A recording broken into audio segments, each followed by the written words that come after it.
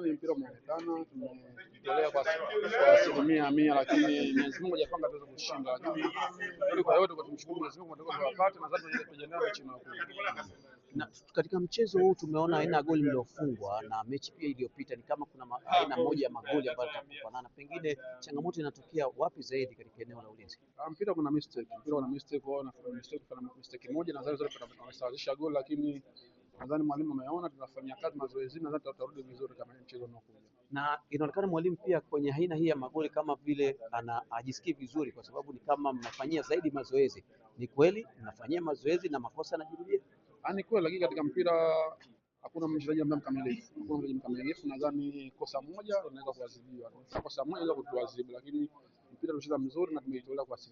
Hii mechi ilikuwa ni ya kupata alama 3. Bila wasiwasi, bila kwa mechi kwetu sio kupata alama 3, lakini ndio Mwenyezi Mungu hajapanga, basi nadhani yote tumshukuru Mwenyezi Mungu kwa kutokea.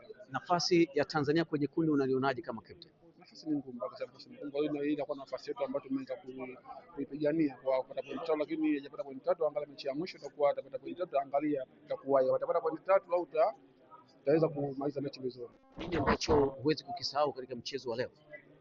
Nadhani kwa hiyo tumeweza kuconcede goli dakika za mwisho ambayo tunaweza kupata point 3 ya muhimu kabisa, lakini yote kwa yote kwamba tuseme alhamdulillah tushatokea, basi tumetokea.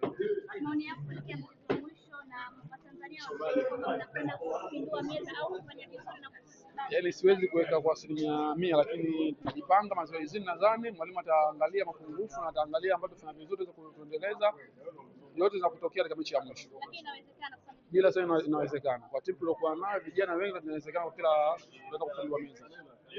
Asante.